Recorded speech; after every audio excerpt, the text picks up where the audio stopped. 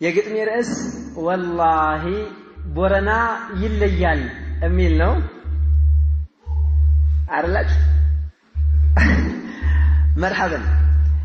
ቦረና ይለያል፣ ቁጣው እንዳንበሳ ፍጥነቱ እንደነብር እውነትን አምኖ ነው ኢስላምን ሲያከብር ያስደስታል ጀግናው ከሐቅ ጋር ሲያብር ይህ ከፈጣሪ እንጂ አይገዛም በብር። ብዙ ጀግና አርግዟል ቦረና ቀበሌ የሱናችን ሞተር ሼክ መሐመድ ወሌ የተውሂዱ ታጋይ እጅግ ታላቅ ወልይ ቦረንይ ናቸው ሼክ መሐመድ ዓሊ። ታላቅ አርማ ናቸው እብኑ ዓሊ አደም ስሙ ገናና ነው ተውሂድ በማስቀደም ረሒመሁሙላህ ነሕሰቡሁም ከዛሊክ ወላሁ ሐሲቡሁም።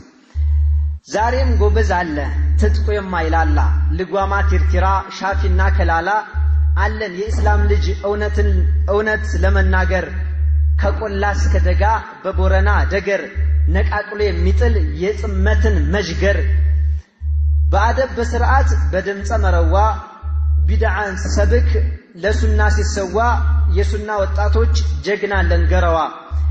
የዋህ ነው ህዝባችን የአላህ አገልጋይ መሪ ሰው ካገኘ ለእስልምና ታጋይ።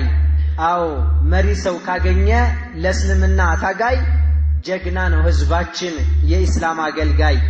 ነገር ግን የዋሁን ገበሬ ሽርክ ላይ ተማግዶ በስሜት በጥሜት ልቡ ሙቶ ወርዶ የወንድነት ወኔው ሆኖበት በረዶ ኪታቡን ዘንግቶት ውጦት አራሙቻ ህዝባችን ሞተብን በአገር ቤት ቃልቻ።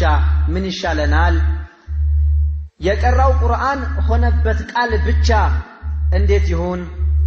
ሶደቃ ለመብላት አገር እየዞረ 7 እና 4 ወር ሁሌ እየቆጠረ ቅጠል እየበላ ለምዶበት ጫት መቃም የዋሁ ገበሬ ከጥመት አልነቃም መካሪ የለውም ሰከንድም ደቂቃም። እንዴት እንሁን? ምን ይሻለን? እኛ በአላህ እንጂ ሰዎችን አንከስም ከመጣው ከሄደው አንግበሰበስም።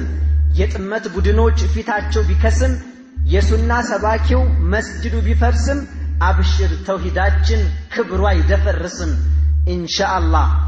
እናም ቦረና ይለያል።